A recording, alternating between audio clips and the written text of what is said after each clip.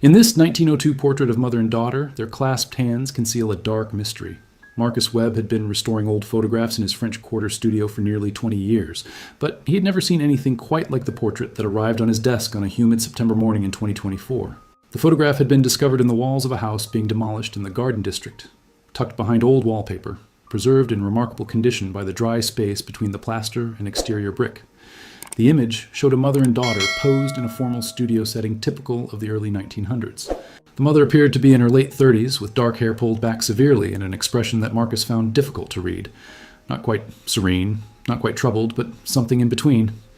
The daughter looked about 16 or 17, her face bearing a striking resemblance to her mother's, with the same dark eyes and strong jawline. What caught Marcus's attention immediately was how their hands were positioned. They sat side by side on an ornate settee, and their hands were clasped together between them with an intensity that seemed unusual for formal portraiture of that era. Victorian and Edwardian photographs typically showed subjects with carefully arranged hands that demonstrated grace and refinement, loose, elegant poses that suggested gentility. But these hands gripped each other tightly, almost desperately. The fingers intertwined in a way that created shadows and made it difficult to see where one person's hand ended and the other's began. Marcus set up his high-resolution scanner and began the painstaking process of digitizing the photograph. As the image appeared on his computer screen in segments, he started the initial cleaning process, removing dust artifacts, adjusting for age-related fading, and correcting the sepia tone to reveal the original black and white contrast beneath decades of deterioration. He was working on the section containing their clasped hands when he noticed something that made him pause. There were dark spots visible between their fingers, small, irregular marks that didn't match the general patina of age on the rest of the photograph. Marcus zoomed in closer, his pulse quickening slightly. The marks were concentrated in specific areas, between the knuckles, along the sides of their fingers, and what appeared to be under their fingernails. The pattern was too consistent to be random damage or simple age spots. Marcus had restored thousands of photographs, and he had developed an instinct for when something in an image was original to the photograph, rather than damage that had occurred later. He leaned back in his chair and stared at the screen, a cold feeling settling in his stomach. He needed a second opinion, preferably from someone with forensic experience. Doctor. Rachel Foster had worked as a forensic analyst for the New Orleans Police Department for 12 years before retiring and opening a private consulting practice that specialized in historical document analysis. When Marcus called her about the photograph, she agreed to come to his studio that same afternoon. Rachel stood at Marcus's workstation, studying the enhanced images on his dual monitors with professional intensity. She had brought her portable forensic imaging equipment, a specialized camera system capable of capturing details invisible to the human eye through various light spectrum filters. "May I?" she asked, gesturing toward the original photograph, which Marcus had carefully preserved in an archival sleeve. "Of course," Marcus replied, watching as Rachel extracted the photograph with gloved hands and placed it under her specialized lighting system. She spent the next 30 minutes photographing the clasped hand section using different light wavelengths, ultraviolet, infrared, and several filtered variations that could reveal substances and materials that normal photography missed. Marcus watched the images appear on Rachel's laptop screen, each one revealing slightly different details. Finally, Rachel sat back and removed her magnification glasses. Her expression was grave. "Marcus, what you found here isn't age, damage, or deterioration. Those dark spots are consistent with organic material, specifically dried blood that was present when the photograph was taken." Marcus felt his stomach tighten. "You're certain?" "As certain as I can be without destructive testing, which obviously we can't do to a historical photograph. But look at this." She pulled up one of the infrared images on her screen. Now, see how the staining follows specific patterns? Along the nail beds, between the fingers and the creases of the knuckles. These are exactly the places where blood would accumulate on hands after violent contact, and exactly the places that are difficult to clean thoroughly without aggressive scrubbing. Whoever these women were, they had blood on their hands when this portrait was taken, and they tried to wash it off but weren't entirely successful. Marcus stared at the image, his mind racing. Could it be their own blood? Maybe they were injured? Rachel zoomed in on another section. "Look at the volume and distribution. If they'd been injured badly enough to leave this much blood residue, you'd see other signs, bandaging, swelling, visible wounds. I don't see any of that. This looks like transfer blood, meaning it came from contact with someone or something else that was bleeding." "How soon before the photograph would the blood transfer have occurred?" Marcus asked. Rachel considered the question carefully. "Based on the apparent adherence to the skin and the staining patterns, I'd estimate within a few hours. Blood that's been on hands for days would have different characteristics, more flaking, different color oxidation. This was relatively fresh when they posed for this portrait." Marcus looked back at the faces of the mother and daughter. Their expressions took on new meaning now. The tension he'd sensed wasn't Victorian formality. It was something else entirely. Marcus knew he needed to identify who these women were before he could begin to understand the story behind the blood on their hands. He started with the obvious, the photographer's mark embossed on the lower right corner of the photograph, barely visible but enhanced through his restoration process. Devereux Studio, New Orleans, 1902. He spent hours at the New Orleans Public Library, searching through digitized city directories and census records from the turn of the century. The Devereux Studio had been a mid-level photography business operating in the French Quarter between 1895 and 1910, serving middle-class families who could afford professional portraits but weren't part of the wealthy elite who patronized more expensive establishments. The library's Special Collections Department had preserved some of the studio's business records, appointment books, customer ledgers, and receipt copies. Marcus went through the entries for 1902, searching for appointments that might match the photograph. Victorian portrait sessions were usually scheduled well in advance and noted in detail because of the expense and preparation involved. In the ledger for October 1902, he found an entry that made his hands tremble. October 15th, 3:00 p.m. Mrs. Helena Blanchard and daughter Miss Caroline Blanchard. Portrait sitting, full payment received. The entry included an address on Dauphine Street. Marcus cross-referenced the name with the 1900 census records. Helena Blanchard, age 37, was listed as married to Thomas Blanchard, age 45, occupation, cotton merchant. They had one daughter, Caroline, age 14 in the 1900 census, which would make her about 16 in 1902, matching the apparent age of the girl in the photograph. But when Marcus searched for the family in the 1910 census, only two names appeared: Helena Blanchard, age 47, widow, and Caroline Blanchard, age 24, unmarried. Thomas Blanchard was gone. The occupation listing for Helena had changed from keeping house to boarding house proprietor, suggesting a significant change in the family's financial circumstances. Marcus felt a chill run down his spine. He searched the New Orleans newspaper archives for October 1902, focusing on the days immediately before and after October 15th, the date of the portrait sitting. What he found on October 16th, 1902, made everything suddenly, horrifyingly clear. The headline in the Times-Picayune read, "Cotton Merchant Missing. Family reports Thomas Blanchard failed to return home." The article was brief, noting that Mr. Thomas Blanchard, a well-known cotton merchant, had been reported missing by his wife after he failed to come home the previous evening. His business associates stated he had left his office at his usual time around 6:00 p.m. on October 14th, and no one had seen him since. Marcus read through subsequent days' newspapers with growing dread. October 18th. Police search for missing merchant continues.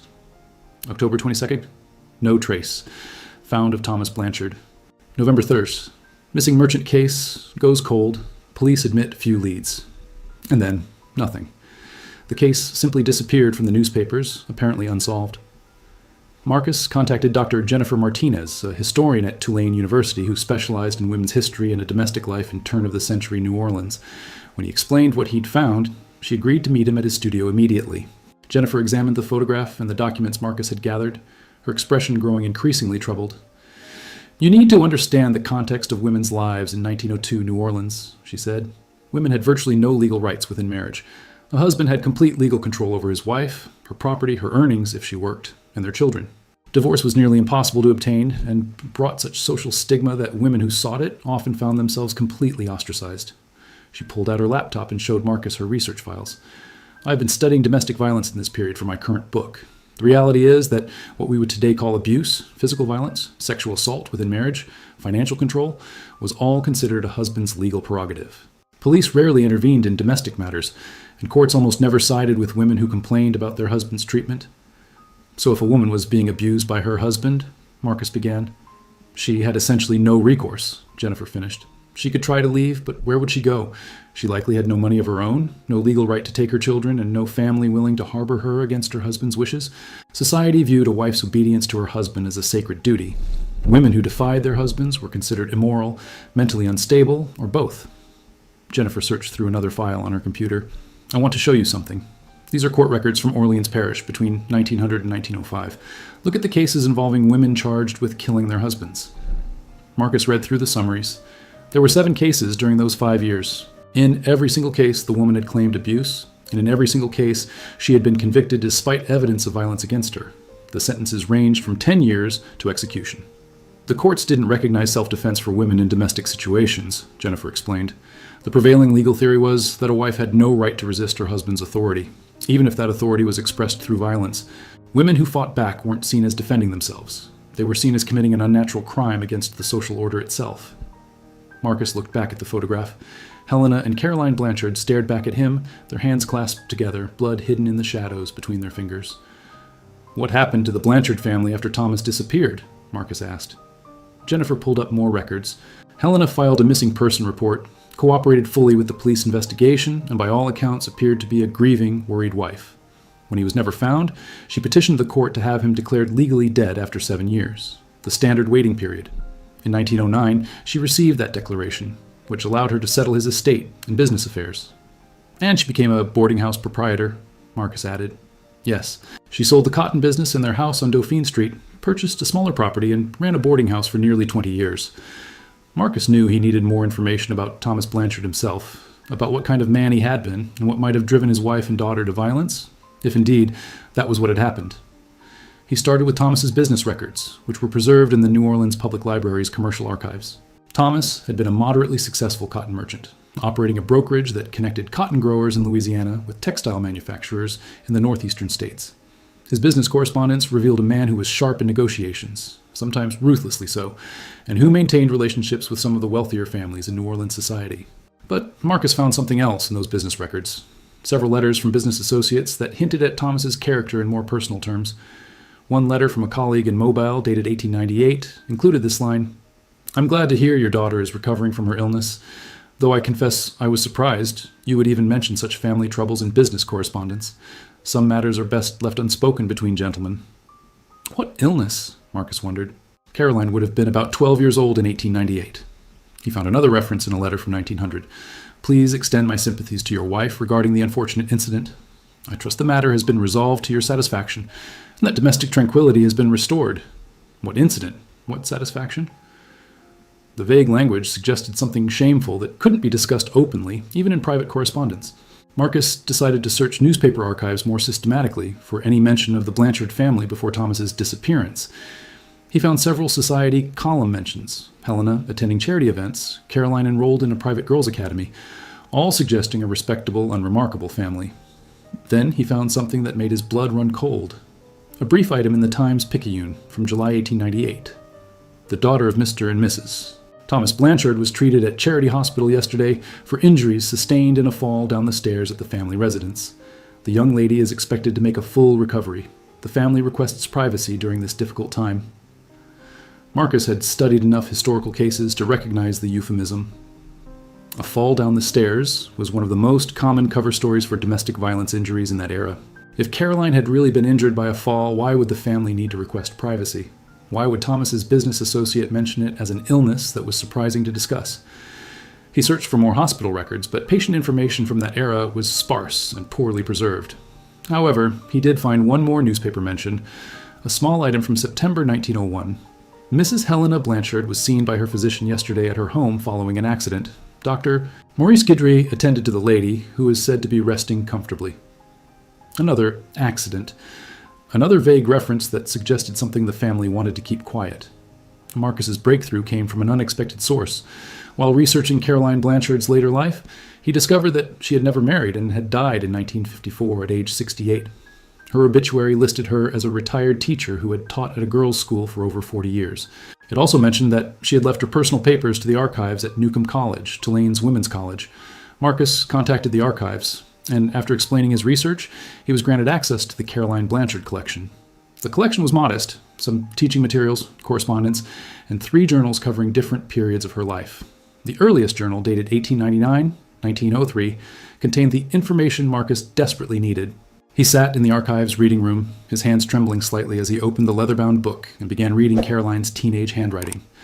The early entries were typical teenage concerns, complaints about schoolwork, descriptions of friends, anxieties about social events. But as Marcus read through 1901 and 1902, a darker pattern emerged. An entry from March 1902 read, "Father came home drunk again last night. I heard Mother crying in their bedroom, and then I heard the sound of something breaking. This morning she had a bruise on her face, and she told our maid she had walked into a door. Why does she protect him? Why does she make excuses? I'm 16 years old now, not a child." I know what's happening in this house. May 1902. Father grabbed my arm so hard today that he left bruises. I had dared to contradict him at dinner about a political matter. He said I was becoming unmanageable and unwomanly in my opinions. Mother said nothing. She just stared at her plate. Sometimes I think her silence is worse than his violence. August 1902. I found Mother in the kitchen this morning with blood on her lip.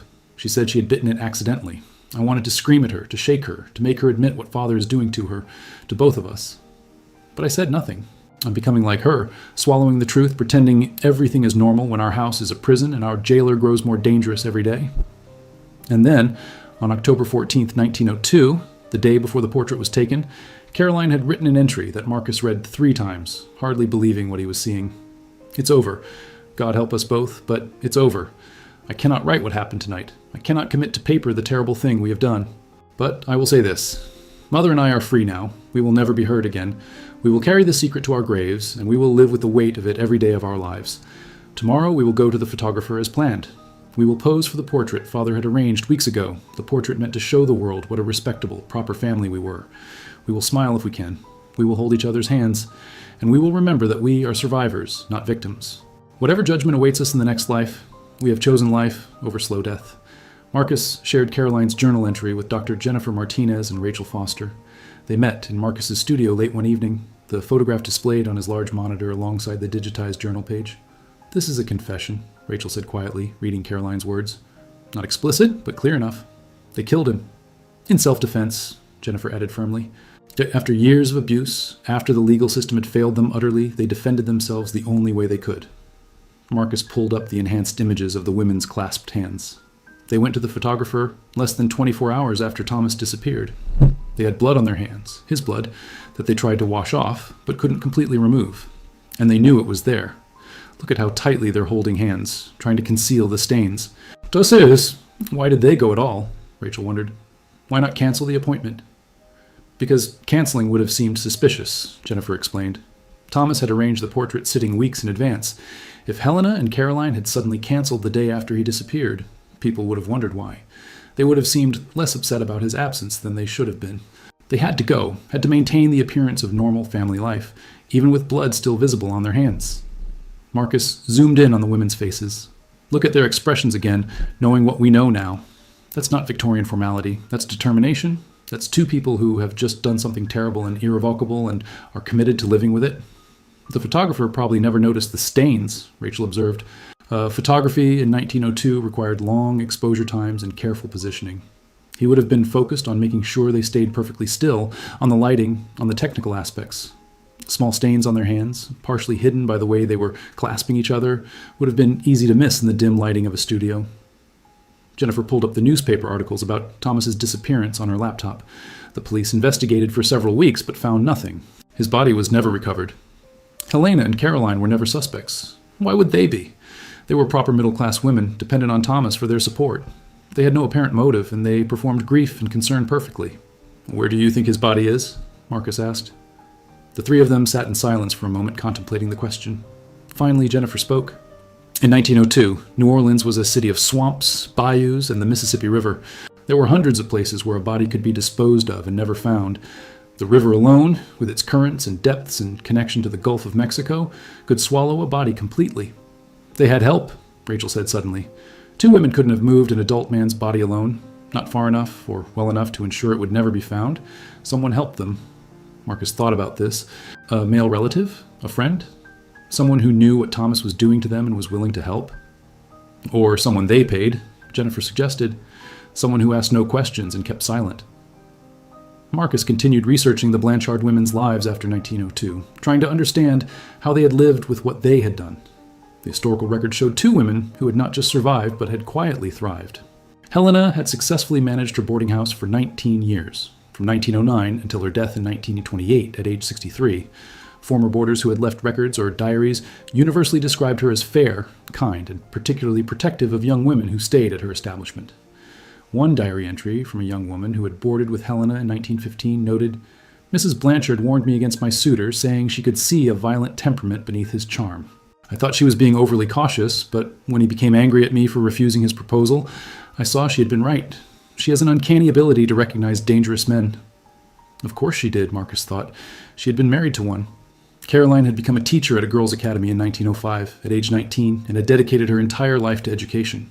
Marcus found records showing she had been particularly devoted to teaching young women about their legal rights and economic independence, subjects that were controversial in early 20th century education. Several of Caroline's former students had left reminiscences that were preserved in the school's archives. One, written in 1940, recalled, "Miss Blanchard taught us that marriage should never be a woman's only option, that we should have our own money, our own skills, our own means of supporting ourselves. She said that a woman who was entirely dependent on a man was a woman in danger. At the time, we thought she was simply progressive in her thinking. Looking back, I wonder what experiences had taught her these lessons." Caroline's later journals, preserved in the Newcomb College archives, never explicitly mentioned what had happened in October 1902, but there were oblique references that suggested the weight she carried. An entry from 1920, written when Caroline was 34, reflected on the passage of women's suffrage. "Today, I cast my first vote in an election. I thought of Mother, who died before she could exercise this right we both once thought impossible. I thought of all the women who fought for this moment. And I thought of the particular fight Mother and I fought together, the one no one will ever know about, the one that freed us from a different kind of tyranny. I voted for candidates who support protecting women from domestic violence. If our vote can save even one woman from the hell Mother and I endured, then perhaps what we did was not entirely in vain." Another entry, from 1935, was written on what would have been Helena's 70th birthday. "I miss Mother every day, but especially today. She carried such guilt about what we did, though I tried many times to tell her we had no choice. She worried about my soul, about whether I would be damned for the part I played. I told her that if God is just, He will understand that we were not murderers, but survivors. If He is not just, then I want no part of His heaven anyway. We did what we had to do to live. I regret only that we had to do it at all, not that we did it." Marcus found himself struggling with how to present this story to the world. He had uncovered evidence of a murder. Legally speaking, what Helena and Caroline had done was homicide, regardless of the circumstances that drove them to it. But morally, emotionally, historically, the situation was far more complex. He organized a private meeting with several experts: Dr. Jennifer Martinez, the historian, Rachel Foster, the forensic analyst, Professor David Chen, a legal historian from Loyola University, and Dr. Sarah Williams, a psychologist who specialized in trauma and domestic violence. They gathered in a conference room at Tulane University, the photograph displayed on a large screen at the front of the room. Professor Chen spoke first from a legal perspective. Under 1902 Louisiana law, what these women did was murder. Self-defense was recognized as a legal concept, but it required an immediate threat. You could defend yourself during an active attack, but not through premeditated action. If Helena and Caroline had killed Thomas during one of his violent episodes, they might have had a legal defense. But if they planned it, waited for an opportunity, and killed him when he wasn't actively attacking them, that would be considered murder, not self-defense. "But the legal system had completely failed them," Jennifer protested. "They couldn't get a divorce, couldn't get police protection, couldn't legally leave. What were they supposed to do?" "I'm not defending the law," Professor Chen clarified. "I'm explaining it. The law in 1902 was fundamentally unjust to women, particularly married women. But from a strictly legal standpoint, what they did was a crime." Dr. Williams, the psychologist, leaned forward. "From a psychological and trauma perspective, these women were acting in self-preservation. Victims of prolonged domestic violence often reach a point where they believe, with good reason, that their abuser will eventually kill them. They're not wrong. Domestic violence typically escalates over time. When the legal system offers no protection, when leaving is impossible, when no one will help, fighting back becomes a rational survival strategy, not a criminal act." "But they lived with it for 50 years, Marcus said. "Caroline died in 1954. She carried this secret for 5 decades. That must have been an incredible psychological burden." "Of course it was," Dr. Williams agreed. "But consider the alternative. If they had done nothing, if they had simply continued to endure the abuse, Thomas would likely have eventually killed one or both of them.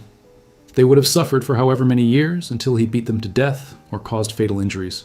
They chose to survive, and survival required them to act." Rachel, the forensic analyst, had been quiet, but now she spoke.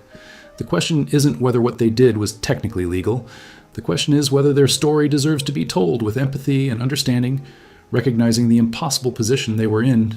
That photograph shows 2 women who had just saved their own lives. Yes, they took a life to do it, but they were already living in a kind of death." The group discussed for another hour, debating the ethics of releasing the story, the historical importance of understanding women's experiences in 1902, and the need to contextualize the violence within the systemic abuse these women had endured. 3 months after Marcus first began restoring the photograph, the New Orleans Museum of Art opened a special exhibition titled Concealed: Women's Hidden Histories in Turn-of-the-Century New Orleans. The centerpiece was the portrait of Helena and Caroline Blanchard, displayed alongside the enhanced forensic images showing the blood on their clasped hands, excerpts from Caroline's journals, historical context about women's legal status in 1902, and information about domestic violence in that era. The exhibition text was carefully worded. This portrait, taken on October 15th, 1902, captures two women at a pivotal moment in their lives. Helena and Caroline Blanchard had endured years of documented abuse from husband and father Thomas Blanchard, who disappeared on October 14, 1902, and was never found. Evidence suggests the women may have been involved in his disappearance. While we cannot and should not condone violence, we must understand this case within its historical context. Women in 1902 had no legal recourse against domestic violence, no right to divorce without their husband's consent, and no protection from police or courts. This photograph asks us to consider what justice means when the law itself is unjust, and what survival requires when all other options have been exhausted. On opening night, the gallery was packed. Marcus stood near the photograph, watching visitors study the image and read the accompanying materials. Reactions were mixed. Some visitors were horrified, some were sympathetic, some were deeply moved. Many stood before the portrait for long periods, staring at the women's clasped hands and trying to reconcile the violence they represented with the dignified faces looking back from 122 years in the past. An elderly woman approached Marcus, tears streaming down her face. "My grandmother was beaten by her husband for 40 years, she said quietly. She died in 1955, and she bore those scars, physical and emotional, until the day she died. She had no way out, no help, no hope. When I look at this photograph, I don't see murderers. I see two women who refused to die slowly. I see two women who chose to live." A younger woman stood nearby, listening. She spoke up. "I work at a domestic violence shelter. We see women every day who are trapped in situations not that different from what Helena and Caroline faced. Women who can't leave because they have no money, no support, nowhere to go.